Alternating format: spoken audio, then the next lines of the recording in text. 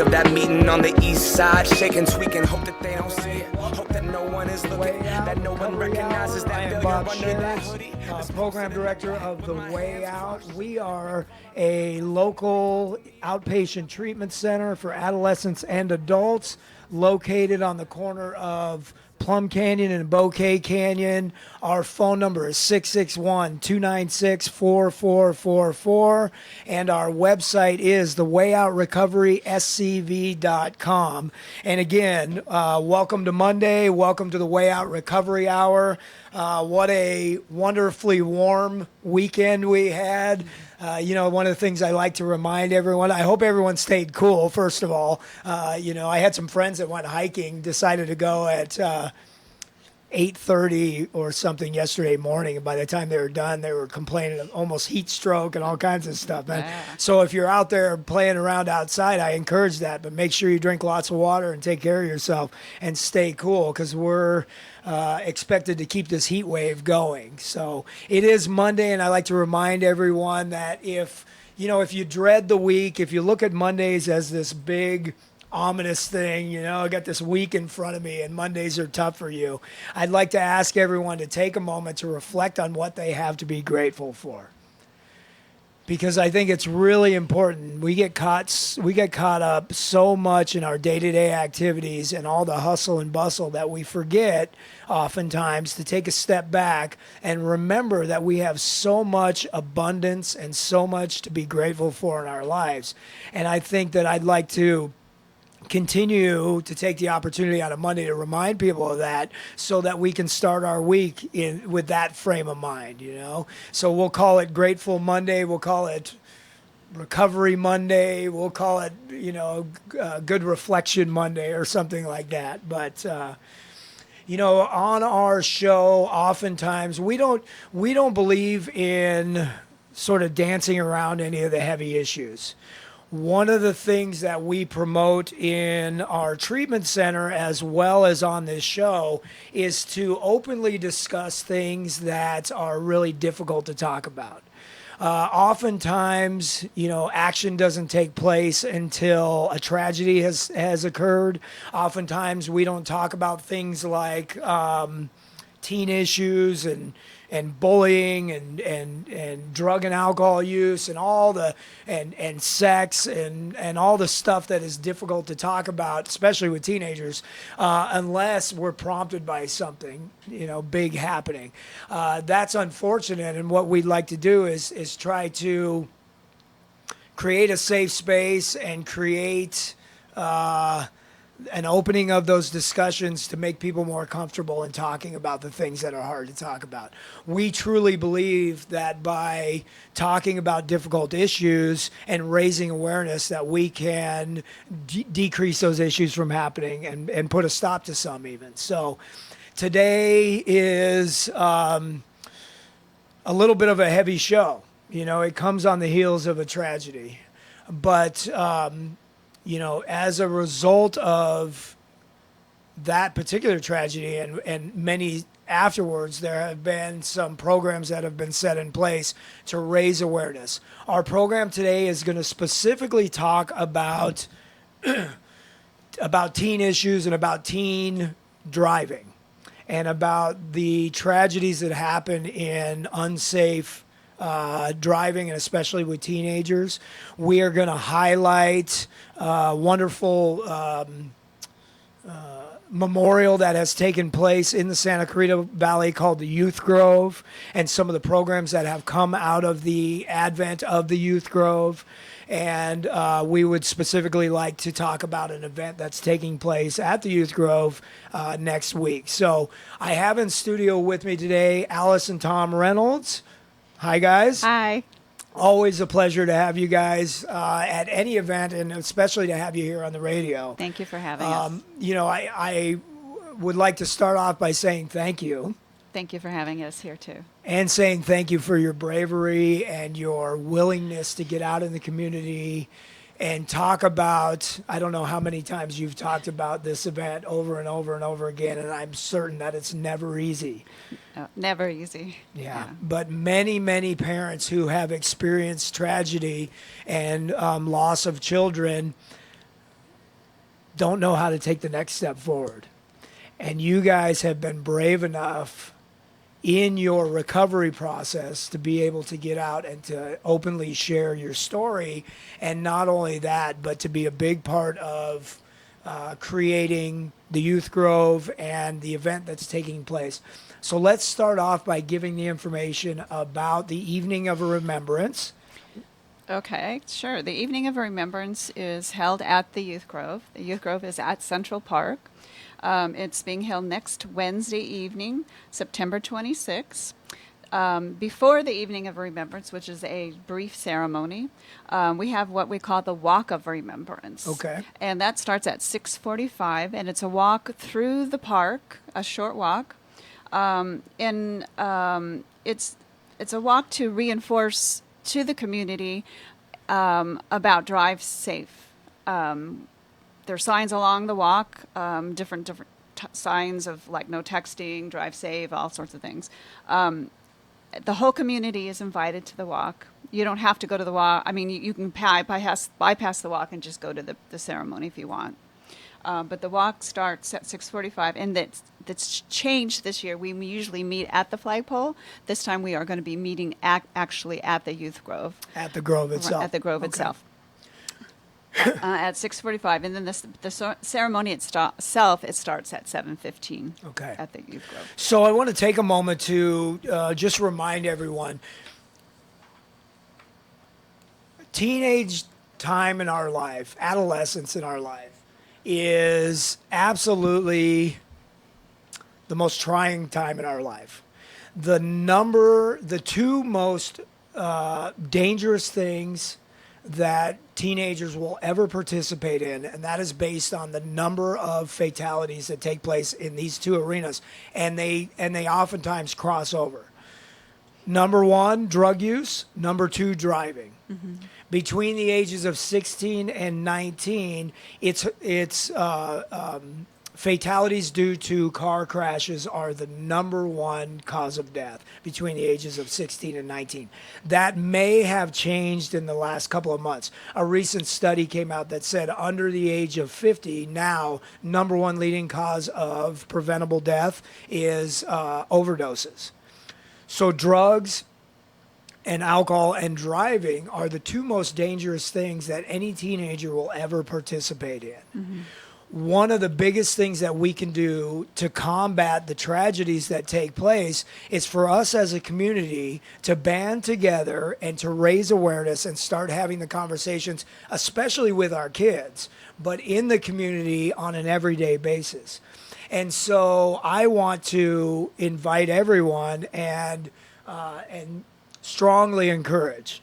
I was gonna get a little bit like you have to come here because or else or something, right?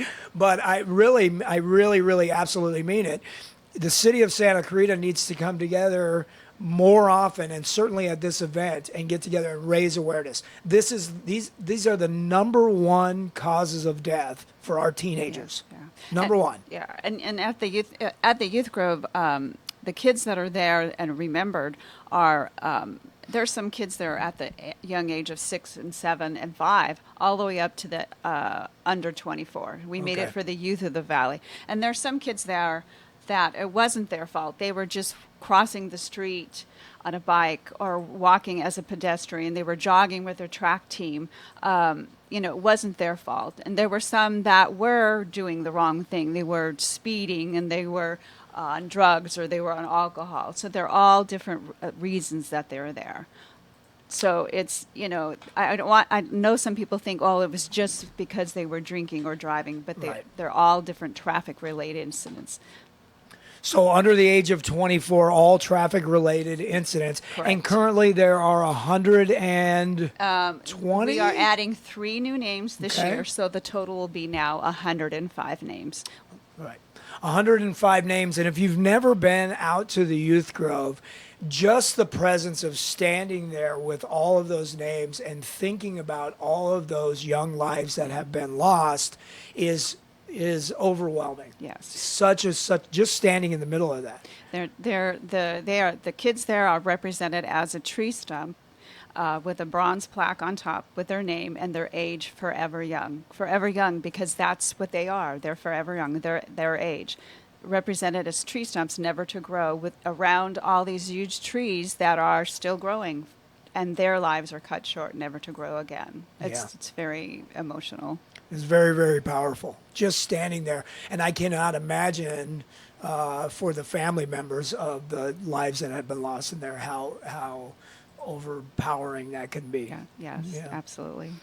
So again, Wednesday, September 6th at 6:45 is the Walk of Remembrance. Correct. So what will happen is we will gather at the Youth Grove and we will walk around the park as a remembrance for those lives lost. Well, the walk is actually to send a message about driving, reinforce those skills, and then come back to the Youth Grove. We have opening remarks. We have a student musician. We have a student singer. And then there's a slideshow of all the kids that are there. Right. We break glow sticks because we can't have live candles up there. Right. As the slideshow is played, you break a glow stick for the child that's at the screen. And then a few more songs and then closing remarks. Right. So how did this all start? Basically, it started a teenager from Saugus High. A best friend of hers was killed in a drunk driving incident. And a couple other friends of hers were killed that same year. I believe it was the same year as our sons were killed. Tom? Within a a year or so, yeah. She went to Frank Ferry, who was a council member. And what year was this? I'm trying to remember what year. It was 2001, I believe it was. Somewhere in there, About yeah, a couple 2001. years Okay. before the And dedication. her and her mom had this idea, and so she went to Frank Ferry. He went to the Blue Ribbon Task Force, Right. which was a committee of community workers, city workers. We were also on the Blue Ribbon Task Force, and they work on issues dealing with teens, tobacco, alcohol, driving issues. And he said, we have this idea. What do you guys think about it? The Blue Ribbon Task Force said, we like this idea. Let's get it going. So we worked long and hard, finding an architect, fundraising, finding the grounds to build it. Took us about 4 or 5 years. We formed a subcommittee, and my husband Tom and I kind of spearheaded the committee, and took us, like I said, 4 or 5 years, and we built it.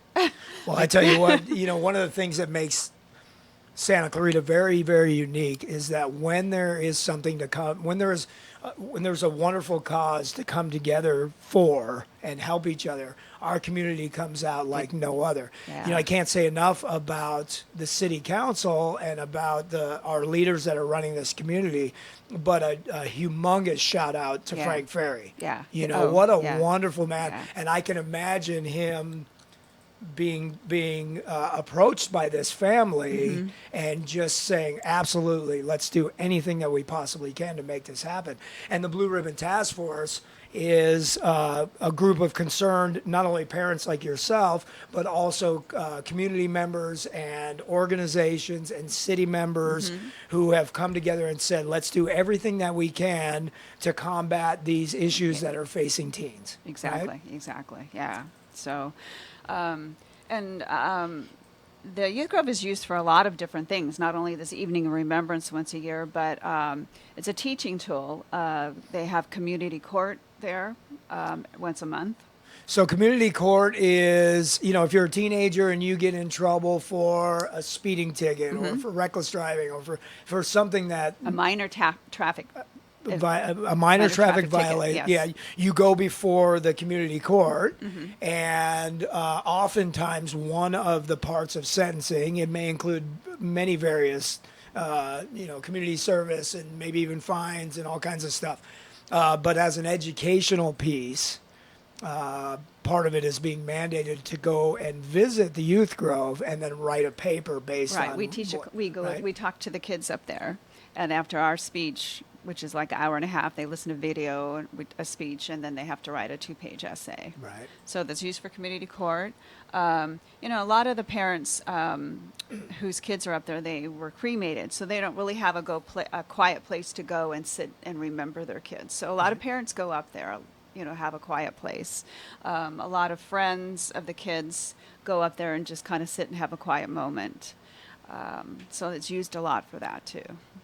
And Right. a lot of times when we give our talk for community court, I ask the kids, have you been here before? And they say, yeah, we play football and we just kind of walk up here and check it out. So it gets used a lot for that. They'll come up and check it out. Well, it certainly is. I mean, this is not necessarily a safety warning or an opinion or anything on roadside memorials that people do, but this is a much safer way to do that, right? Yeah, that was one of the other things. A lot of the roadside memorials are very unsafe. Right. Some of the streets. So we were hoping that this would be an alternative to those. Well, it certainly is a wonderful remembrance for those kids that have lost their lives, and what a wonderful idea that the city has embraced and that our community members have embraced. You know, and all of this was started by a parent who had lost a loved one. You said Saugus High student. Her friend. Mm-hmm. And I heard Tom say that was like a year after the two of you lost your sons. Mm-hmm. And so that was 2001. I think so. Yeah. Okay. Pretty sure. Yeah. Can you talk about that? About our sons. Yes. Yeah. Yeah.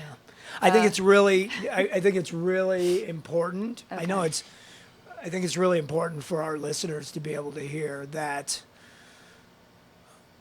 Messing around while you're driving, not paying attention, being under the influence, being distracted, taking unsafe driving for granted, out fooling around can have such tragic consequences in an instant. Yeah. And we don't even know. And I think it's really powerful that you're here telling your story. We first got involved with the Blue Ribbon Task Force from actually meeting Frank Ferry at a every 15 minutes program. Okay.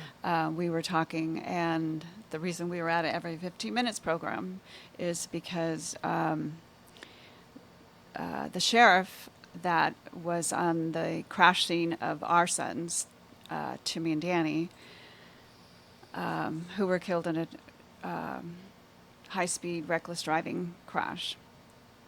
And we had asked him if we could speak at every 15 minutes program. So to back all that up, Timmy and Danny, Timmy was 18 and Danny was 15, were killed in a car crash by an 18-year-old driver driving 100 miles an hour. The way we found out was on a Thursday evening, I got a knock at the door, and my husband was in the garage working on Tim's car, and I answered the door, and there was 3 teens, 2 boys and a girl. I didn't know them, and the girl was crying, and they said that Tim, my 18-year-old, was in a car crash, and they thought he was dead. And I kept saying, I don't know you, and I don't think this is very funny. And they kept saying, no, Mrs. Reynolds, This is real. This is real. Yeah. And I kept not believing them, and they kept saying, no, Mrs. Reynolds, this is true. And and I go, well, how do you know? And they said, we saw him. He didn't look alive. We think he's dead. And so I finally got to the point where I really started believing, and I started screaming and screaming, and my husband ran in and he goes, what is wrong? What is going on? And I said, these kids are saying that Tim is dead. My older son, Scott, was 23, and he ran downstairs and he's like, what's going on too? And so my husband said, okay, let's go. It was, I don't know, how far down the road from our house was it? Like About 2 miles. 2 miles or so. So we grabbed our coats, and my younger son, Danny, had asked to go to the movies that night, and we told him no, because it's a Thursday night, trying to be good parents. We said, you can wait till tomorrow night to go to the movies. This is a school night. Wait till tomorrow. And he got angry because he asked me. I said no. He went and asked his father. He said no, and he went upstairs, slammed the door really loud. His dad came in and said, what is going on? slammed the door. They got in a fight, which my husband's a very doesn't get angry, and they got in a fight. Danny left the house. So I told my older son, go find Danny. Got to find Danny. Let him know what happened. So my older son left. We got in the car, headed up towards the crash scene. The traffic was horrendous. We could hardly move. It was so slow. I got panicked because it was so slow. I jumped out of the car and started running towards the crash scene. A chef grabbed me and said, "Where do you think you're going?" And I said, "My son is in that car. I have to find him. I have to find him." So he radioed ahead and said, "Okay, you could go up a little further." So I started running up a little further. By that time, my husband got up to me in the car. They had let him pass the barricade. And we got to where some sheriffs were. And the sheriff said, "Well, how do you know your son's in the car?" And I said, "Well, some kids came to the door and said, my son is in that car. They saw him." Another set of parents were there, and they were crying, and they said, "I'm so sorry." And I said, "Well, how do you know Timmy's in that car?" And they said, "Well, we were told he was." So I told the sheriff, "I have to go see my son in that car." And they said, You can't. Right. Yeah. It's a crime scene." I said, "Well, I need to know. And they said, "Well, 2 teens were taken to the hospital and 3 teens were dead." I said, "Well, I need to know if I need to go to the hospital." The 5 were in the same car? There's 5 teens in the car. So I said, "Well, I need to know if I need to go to the hospital to be with my son or if I need to be here. I just need to know what to do." Of course, I'm screaming hysterically. So I said, "Well, I can look at his wallet." And he said, "We can't touch him." I said, "Okay, well, I need to do something." So I said, "Okay, I can tell you what he was wearing when he left the house." So I described what jeans he had on and what color tennis shoes and his sweatshirt. I said he had a red sweatshirt. He said, "Okay, I'll be right back." So he walked down the road, past the next barricade where the crash scene was. And he came back and he told me that Timmy was dead. So I said, "Okay, then I know I need to stay here."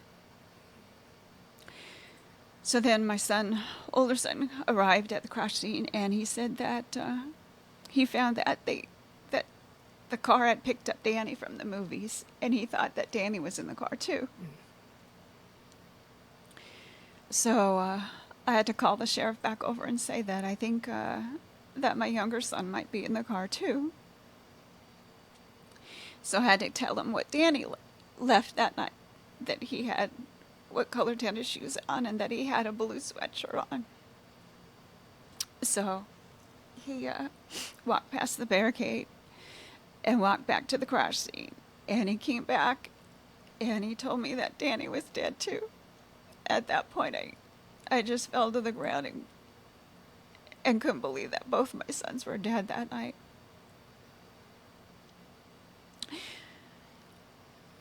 And so we just stayed there for a while, and I just couldn't believe that both of them were dead. And the driver was doing, you said 100 miles an hour? We found out later that he had been driving 100 miles an hour, and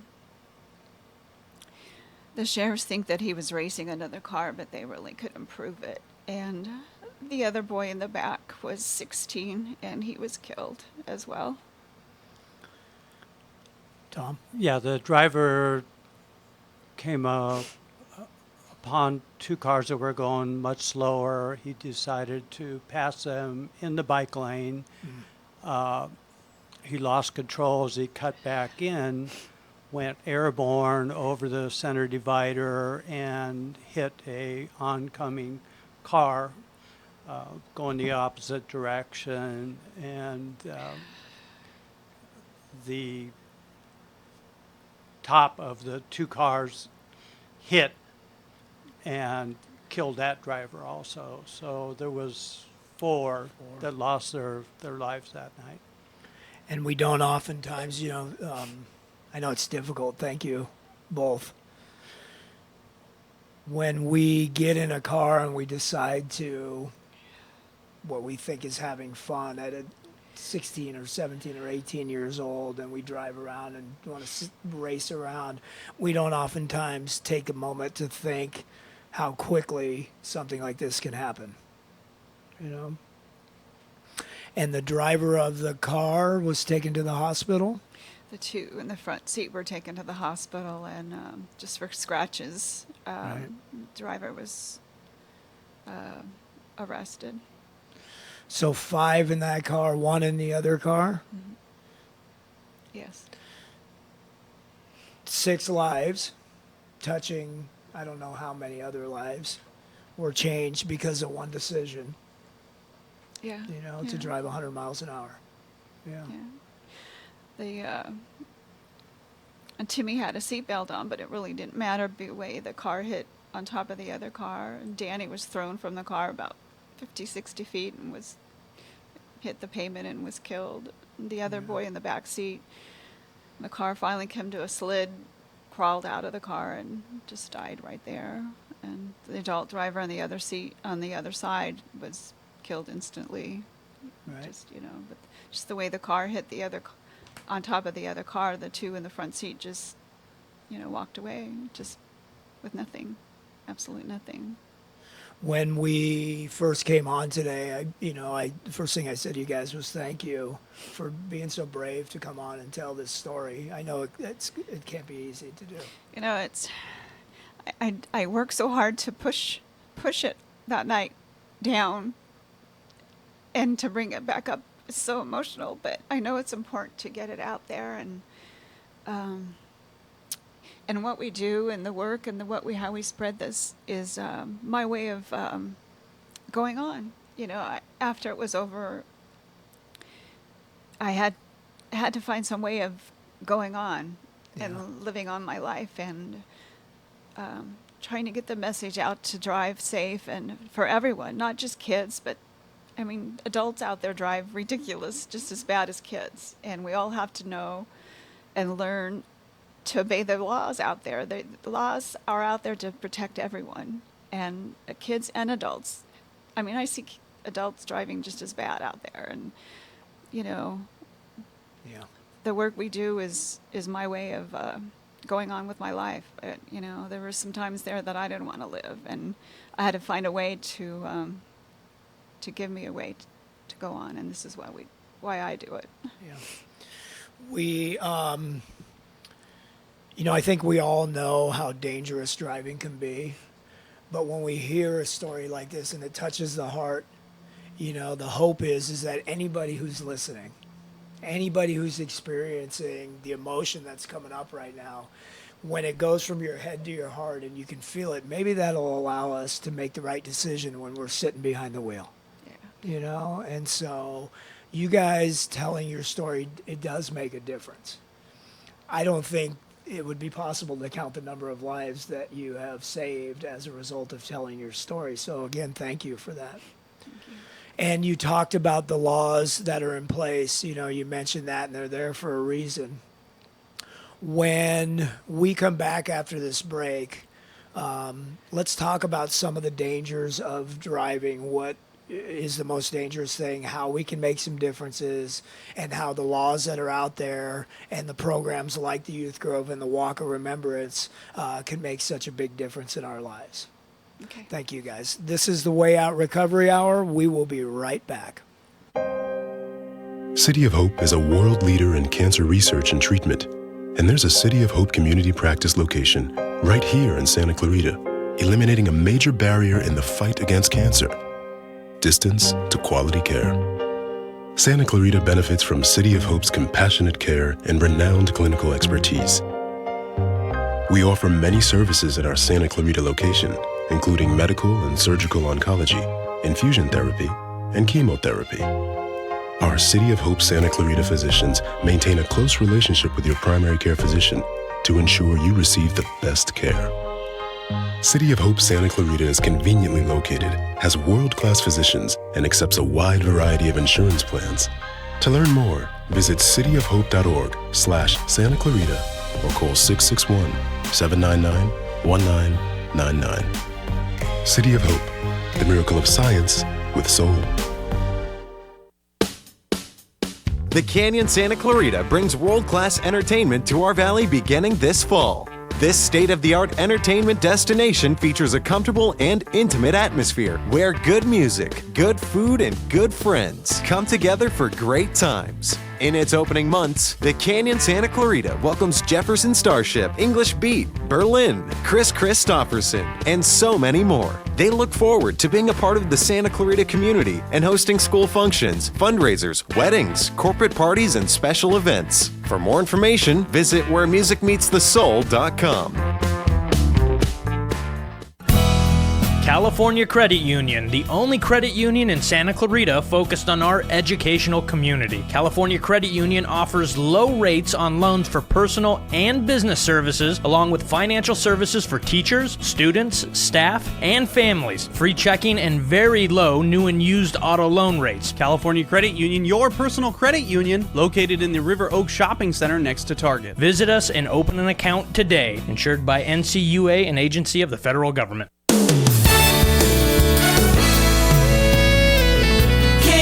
KHTS.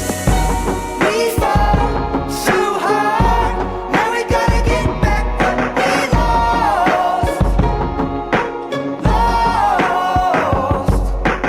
lost. Welcome back to the Way Out Recovery Hour. I'm Bob Sheritz, Program Director of the Way Out, an intensive outpatient program here in Santa Clarita, helping adolescents, adults, and their families.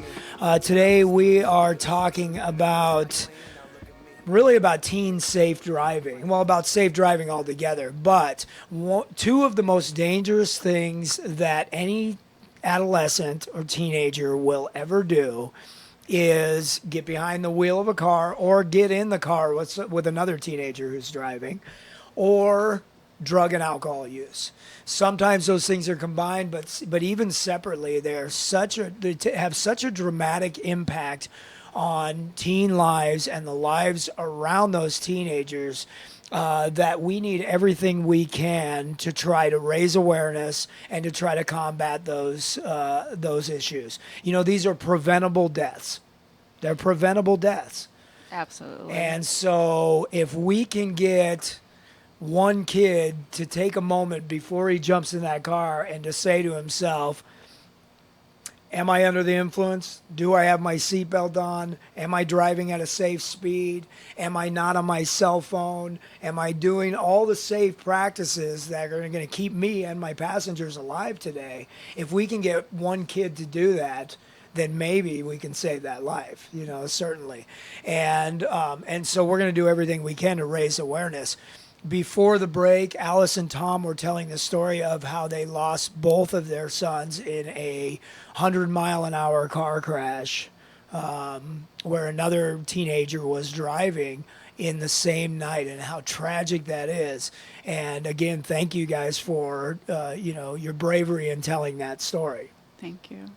We are really here today to let the community know about the Walk of Remembrance, September 6th at 6:45 p.m. at the Youth Grove. The Youth Grove is located at Central Park. If you have never been there, or if you have been there, go on up there and take a look.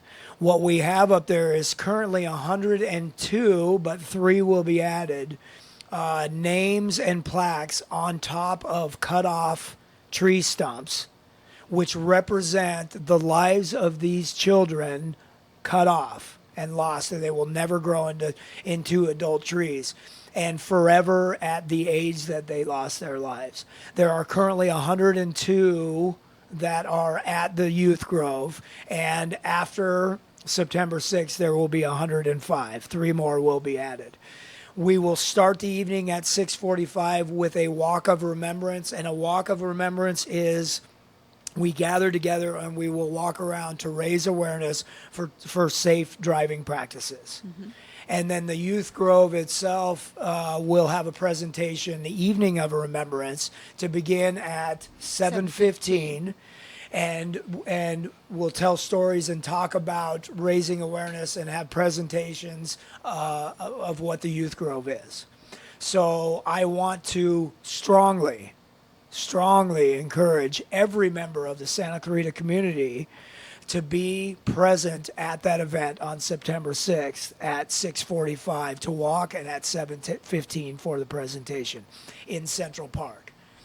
You know, safe driving amongst anyone, but certainly amongst teens is before the announcement that accidental overdoses surpassed the number of car crashes last week, number one leading cause of death from the ages of 16 to 19. There are many factors that take place in why that is so dangerous at that age. I have some statistics in front of me that we can talk about, but let's just go over those, and then maybe we'll strike a conversation with Tom and Alice Reynolds about what we can do and what we are doing. So, how big is the problem? According to this, between the ages of 16 and 19, 6 teenagers every day will die in motor vehicle injuries. And I don't know how often this is, but in the year that this study was, 2015, there were 221,313 were treated in emergency departments after car crashes in the United States. 2,333 teenagers between the ages of 16 and 19 lost their lives that year due to car crashes. 2,333. That's a lot of kids losing their lives. A lot.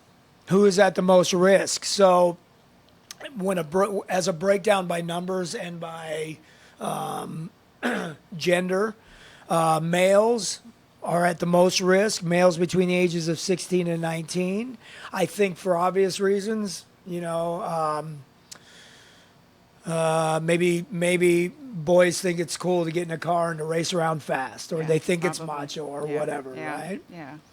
And so males are more at risk than their female counterparts. It doesn't mean that females don't need to be safe drivers as well. Yeah.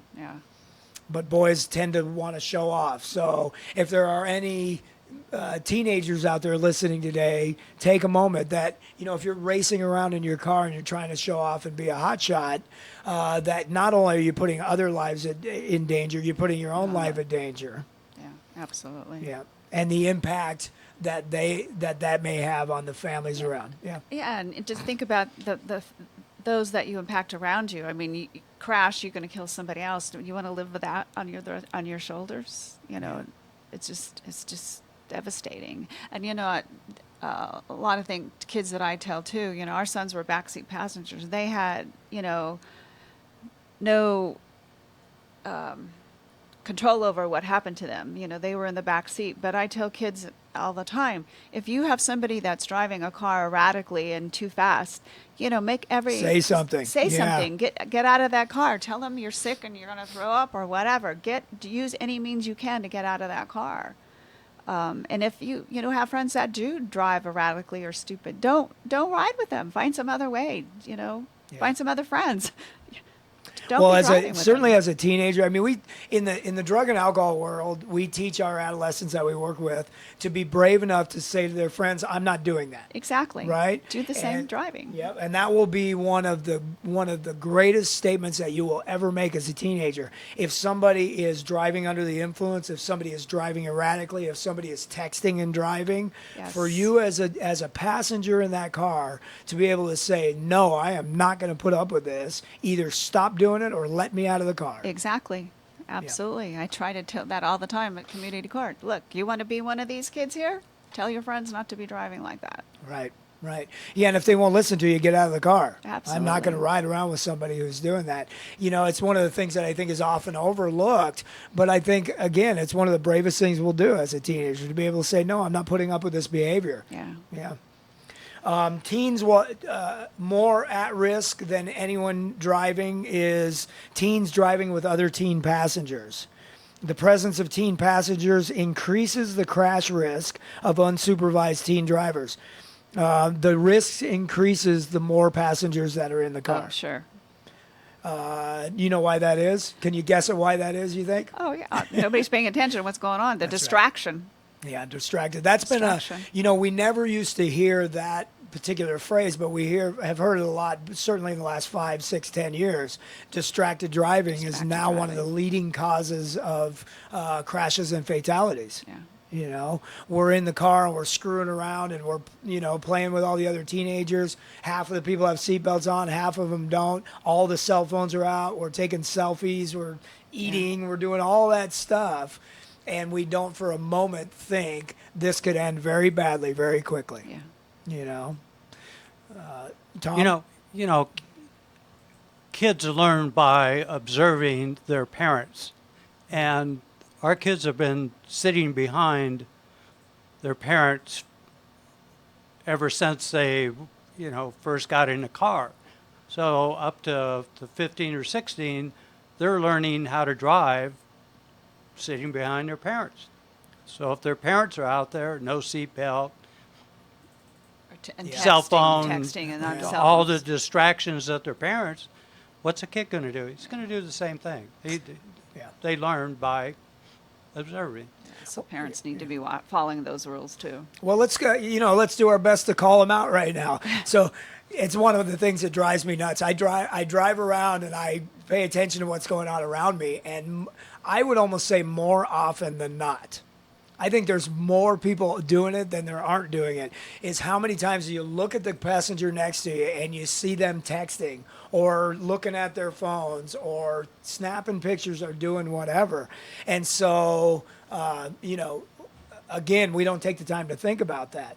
But if you are a parent, if you're not anybody, but if you're a parent and you are a model to your kid and you're driving around texting on your phone, I don't like to shame anyone into trying to change their behavior, but shame on you. Yeah, absolutely. Absolutely. Shame on you. I mean, be a positive model. Yeah. Be a positive role model. And especially when it comes to that. I'm so glad that you brought that up, Tom, because we don't often think about that. Yeah. My kids are paying attention. And that's why we're encouraging the young parents with young to-be drivers to attend this event, because they can show their kids, hey, look, here's 105 that probably said it's not going to happen to me. Yeah. Well, and back to so I really don't like to shame people into changing their behavior. So let me rephrase a little bit on that. If you're out there listening and I've sparked a little emotion in you because you tend to be the one who's texting or whatever, what a great opportunity this is right now for you to be able to have a conversation with your kid and say, look, mom or dad has been practicing some things that are unsafe. I am going to make my best effort to never do this anymore. Right. And I want you guys as my kids to call me on this. Exactly. And open that conversation. Because it also Let's opens do it together. That's right. Let's do it together. Let's do it together. And to be able to say as a parent, hey, I've been making some mistakes and I want to make some changes. Yeah. How cool is that, Yeah, right? absolutely. And to open these conversations about safe driving practices, we are not only a model to our kids, but certainly a model to our brand new teen drivers. Another one of the big risks is at the very beginning of driving. So 16-year-olds are going to be at a higher risk than 19-year-olds only because of their lack of experience. And so for us to be able to try to get that across to our kids is that, look, I know you're excited to drive. You just took that driving class. You got your license. Everything's good. But let's go out and practice together. Let's go out and make sure that you know what you're doing. As, every 16-year-old in the world gets behind the wheel probably thinks, oh, I know how to do this. Oh, right. Yeah. But the reality is that, Yeah, they're less experienced. Yeah. Yeah. We talked to the kids at Youth Grove for the community court, and one of the things asked is how many of you have already been in an accident? Right. And these are normally 16, 17-year-olds. Almost half of them will tell us, we've already been in an accident. We don't say accident. We say Well, car crash. collision. That's right. Yeah. Because I changed that. I get hit up on the side of the head all the I'm saying time. glad that. you said that because a lot of us. So we used to have. I've been on radio with highway patrol, and he got me to change Yes, that. Right? They're yes. not accidents. They're not accidents. They're avoidable. They're They're avoidable. preventable. They're not Preventable. accidents. Exactly. If you're doing everything that you can to be safe, then Yes. there's no accidents, right? So they're crashes. Car crashes. That's right. Car- They're crashes. But like what he's saying, well, almost a half of them will raise their hand At already. 17 years At old. 16, Yeah. 17 Yeah. years old. I'm like, that's scary. Have already been That in has crashes. already Yep. been in a car crash. Yep. And I say, you know what, that's scary because you know what, you made it through the first one, but you may not live through the next one. That's right. That's very scary. And the more experience you get, the less that's going to take place if you're paying attention to what's going on. if you're following the laws and the rules and the road and paying attention. Yeah, that's right. Yeah. So we'll talk a little bit about what those laws are. We have a few minutes when we come back. I'm Bob Sheritz. This is the Way Out Recovery Hour, and we'll be back right after this. Hi, I'm Miles McNamara, Certified Senior Advisor and owner of Comfort Keepers and Home Care. Our caregivers help you in your own home. A Comfort Keeper can provide companionship, meal preparation, medication monitoring, assistance with personal care, transportation to doctor appointments, all enhancing your independence and safety in the comfort and privacy of your own home. So if you or someone you love could use a helping hand at home, call Comfort Keepers at 287-4200. That's 287-4200. Do you like to rock across Africa? Then the wait is over. Africa Rocks! Africa's Greatest Hits is now available at the San Diego Zoo! Who could forget 99 red baboons? Or the African crested porcupine smash hit, I Got Quills to Pay the Bills! Hey, don't get too close. And the hits keep on coming! Africa Rocks has all your favorites from 6 different African habitats. Hungry like a leopard! Ibex is back! Harder, better, Fossa stronger! And a new track from Kendrick Lamar! Now, Larry. Yes, Chuck? A collection of this magnitude, I'd fly to Africa! Well, don't pack your bags, friend.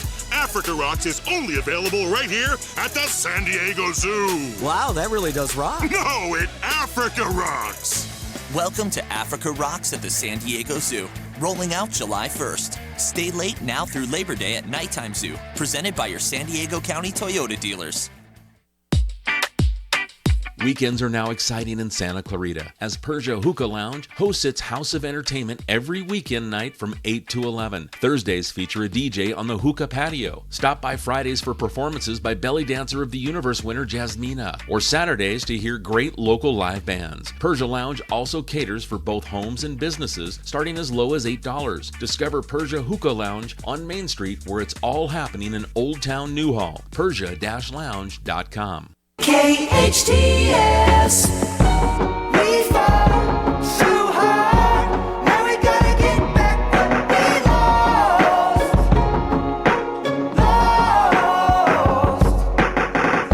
Welcome back to the Way Out Recovery Hour. I'm Bob Sheritz, and we are in studio today with Tom and Alice Reynolds. Thank you guys very, very much for being on the show. We have a couple of minutes, about 4 minutes left, and so I want to make sure that we get the information out about a couple of different things. There is an organization, if you are experiencing the grief and loss of a child, there are organizations specific for that, right? I want to put out the information for Compassionate Friends. There's a support group out there that can be really beneficial. And you found yourselves in Compassionate Friends after this happened? Yeah.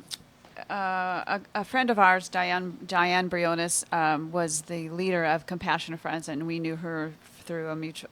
Her son swam on the swim team with our older son, and she encouraged us to come. And it took us about 3 months before we went to our first meeting. Right.